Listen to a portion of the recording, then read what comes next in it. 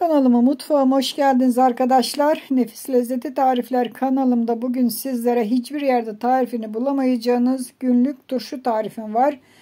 Biber, domates soslu biber turşusu. Ama bu biber turşusu değişik bir turşu hazırlayacağız. Neden değişik? İçinde sirke yok, limon yok. Ama yine de ekşi olacak. Yine de ekşi olacak. Çok da güzel olacak. Nasıl hazırlanacak? Gelin hep birlikte öğrenelim arkadaşlar. Burada benim kendi bahçemden toplamış olduğum çıtır çıtır dalından yeni kopmuş biberlerim var. Bakın ne kadar taze olduklarını görürsünüz. Çünkü dalından az önce kopardım. Bol suda yıkadım. Domatesler de aynı şekilde bahçemden topladım. Başladılar kızarmaya. Evet, günlük turşu hazırlıyoruz. Hemencecik yapıp aynı gün içinde tüketebilirsiniz. Ha çok yaparsanız da kışlık bile saklayabilirsiniz. Nasıl olacak? Tabii ki sıra sıra devamında videonun göreceksiniz. İlk aşamada biberleri şöyle ufak ufak doğruyoruz. Bakın çok büyük olmayacak şekilde doğruyoruz. Biberlerim ne kadar? 1 kilo biber kullanıyorum. 1 kilo da domatesim var.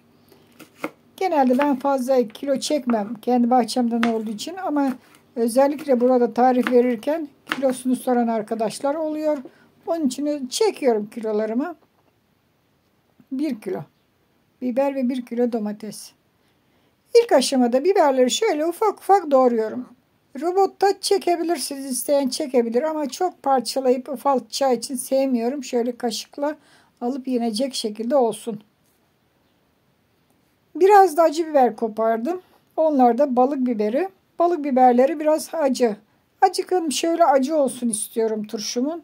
Ama sevmeyen arkadaşlar kullanmasın. Çok acı sevenler de daha da acı biber doğrayabilir arkadaşlar. Herkes serbest. Gördüğünüz gibi biberlerimi doğradım. Şu anda biberlerim hazır. Şöyle kenarda beklesin. Sıra geldi domateslere. Kenara alalım ve domateslerimizi koyalım. 1 kilo domatesim vardı. Bunları da bahçemden topladım. Şöyle ilk önce ucundan şöyle keselim. Bakın ortasında birazcık kara yeri var. Çürük yeri. Ne yapacağız? Onu şöyle alacağız. Kalan yeri sağlam. Hiçbir şey yok. Ziyan etmeden. Şimdi bu domatesleri rendeleyeceğiz. Şöyle güzelce rendenin iri yerinden domatesleri rendeliyoruz. Artık domateslere fazla su vermemek lazım. Neden? Çünkü yere değen tarafları hafif çürüme yapacak. Onun için suyunu artık azaltmamız lazım. İşte bu şekilde rendeleyeceğiz arkadaşlar. Değişik bir yöntemle hazırlayacağız. Bu turşuya sirke koymayacağız. Limon koymayacağız ama çok da güzel parmaklarınızı yiyeceğiniz, hatta suyuna böyle ekmeğini banıp yiyebileceğiniz harika bir turşu hazırlayacağız arkadaşlar. Evet. Gördüğünüz gibi domatesleri de rendeledim. Şöyle çöplerimizi kenara alalım. Turşumuzu hazırlamaya yavaş yavaş geçeceğiz. Evet, biberlerim burada. Domateslerim burada. Hazır.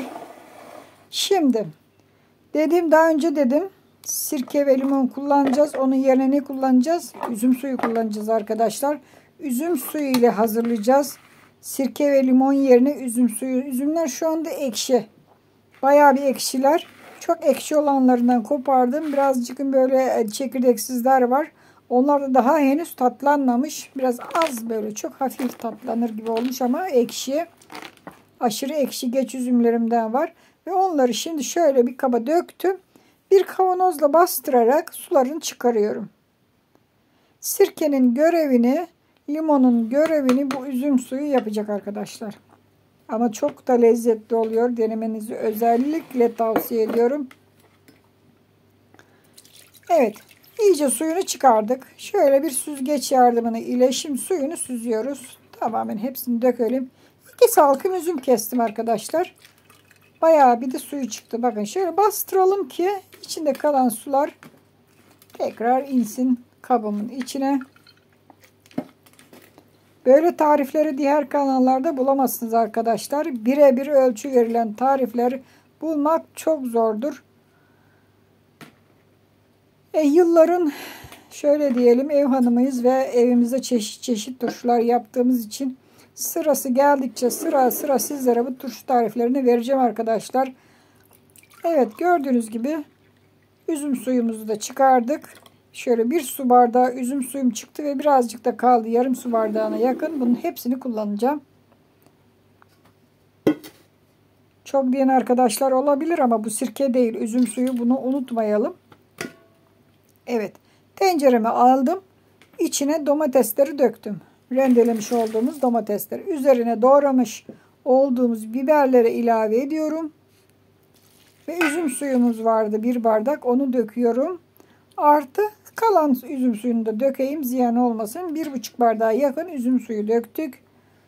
Birazcık şöyle sarımsak doğradım. Sarımsakların bir miktarını atıyorum. Hepsini atmayacağım. Bir çay bardağı sıvı yağ döküyorum. Küçük çay bardaklarıyla. Şöyle bir kaşık da tuz. Yeterli olacaktır. Bir kaşık tuz yeterli. Daha da azaltabilirsiniz. Tuzlu sevmeyenler daha da azaltsın. Şimdi ocağa koyduk ve ocakta kaynatmaya başladık. Hafif hafif kaynamaya başladı. 5 ile 10 dakika arası tıkır tıkır yavaş bir şekilde kaynatacağız. Domates sosunu, diğer koyduğumuz malzemelerin üzüm suyudur, yağıdır, hafif hafif biberler içine çekecek. Ve onların lezzetini içine alacak arkadaşlar. 10 dakikadan fazla kaynatmayın arkadaşlar. İyiden çok yumuşacık olur biberleri. Aşırı yumuşak olmasın. Şöyle 5 ile 10 dakika arası kaynamaya başladıktan sonra arkadaşlar, unutmayalım, kaynatıyoruz. Bakın tıkır tıkır içine almaya başladı. Domateslerimiz, rendelerimiz pişti. Biberlerimiz de biraz hafif hafif pişti. Bu sosu biberler içine yavaş yavaş aldı. Evet arkadaşlar, küçük bir hatırlatma yapayım burada. Nefis Lezzeti Tarifler kanalında çekiliş başlayacaktır. 100.000 aboneye ulaştığımız zaman çekiliş videosu kanalın ana sayfasında vardır. Ayrıntılı bilgileri oradan bulabilirsiniz arkadaşlar. Evet. Biberlerimizi pişirdik domates sosu ile birlikte. Şimdi kalan sarımsakları da içine ilave ediyorum. Şurada da benim maydanozlarım var. Bunlar benim buzdolabında, dondurucuda sakladığım maydanozlarım. Çünkü çok olduğu zaman bozulmasın diye yıkayıp poşetleyip atıyorum dolaba. Onlardan döküyorum. Hani taze hemen dalından kopmuş maydanoz değil. Ama bu şekilde de kullanılıyor tabii ki de, ziyan olmaması için. Atıyorum derin dondurucuya. Gerekli olduğu zaman çıkarıp kullanıyorum. Evet. Şimdi koyduğum malzemeleri şöyle bir karıştırdım, harmanladım. Şu anda sıcak turşumuz tabii ki de. Bayağı bir turşumuz çıktı. Şimdi bu turşuyu hemen yiyemeyeceğimize göre birazcık kışlık saklayalım. Ha, yerseniz hiç koymayın kavanozlara. Ama az yaparsanız hiç koymanıza gerek yok. 1 kilo biber, 1 kilo domatesten de bayağı bir turşumuz çıktı arkadaşlar. Şöyle yarım kiloluk 2 adet kavanoza dolduruyorum bu turşuyu su ile birlikte. Evet, gördüğünüz gibi 2 kavanozu doldurduk, yarım kiloluk kavanozları. Biraz da kaldı. Onu da servis tabağına dökeceğim. Sizlere göstereceğim. Şöyle temizleyelim zeminimizi ve ağızlarında böyle akma, sızma varsa onları da şöyle biraz bezimizle silelim. Kapaklarını kapatalım. Kapakların iyi kullanım olmasına dikkat edin arkadaşlar. 2 kere kullanacaksanız da iyice tutturmaya dikkat edin. Bakın, iyi sıkın kapaklarınızı. Eğer birazcık gevşek bırakırsanız hava alır ve tutmaz kapaklarınız. Çok iyi sıkmanız lazım. 2 ileri 1 geri yöntemini bilmiyorum, biliyor musunuz? 2 kere ileri attırıp kapağı, ondan sonra 1 kere geride var gücünüzle sıkın. Sıkamazsınız da adamlarınıza verin, sıksın. Eşlerinize verin, sıksın. Çoluğunuz çocuğunuz varsa kuvvetli, verin sıksın kapaklarını ve ters çevirin kavanozları. Bu şekilde 24 saat bekletin. Artık istediğiniz zamana kadar saklayabilirsiniz. Hiçbir zaman bozulmaz. Şimdi kalan turşuyu da şöyle servis tabağına bakın koyuyorum. Mis mis, inanın kokusu o kadar güzel yayıldı ki. Şu anda tabii ki de sıcak. Soğumasını bekleyeceğiz. Soğuduktan sonra yemeklerin yanında. İsterseniz bu şekilde de ekmeğinizi bandıra bandıra bandıra yiyeceğiniz harika bir turşu hazırladım arkadaşlar. Umarım sizlere bir faydam olur. Bu turşuyu deneyin, yapın. İnanın çok memnun kalacaksınız. Gördüğünüz gibi. Şimdi nasıl yiyeceğiz? Şöyle kaşıkla ya da ekmeğimizi bana suyuna güzelce bu turşuyu yiyeceğiz. Soğuduğu zaman hemen yenmeye hazır. Umarım beğenmişsinizdir. Siz de yapar hazırlarsınız. Hoşça kalın. Afiyetle kalın arkadaşlar.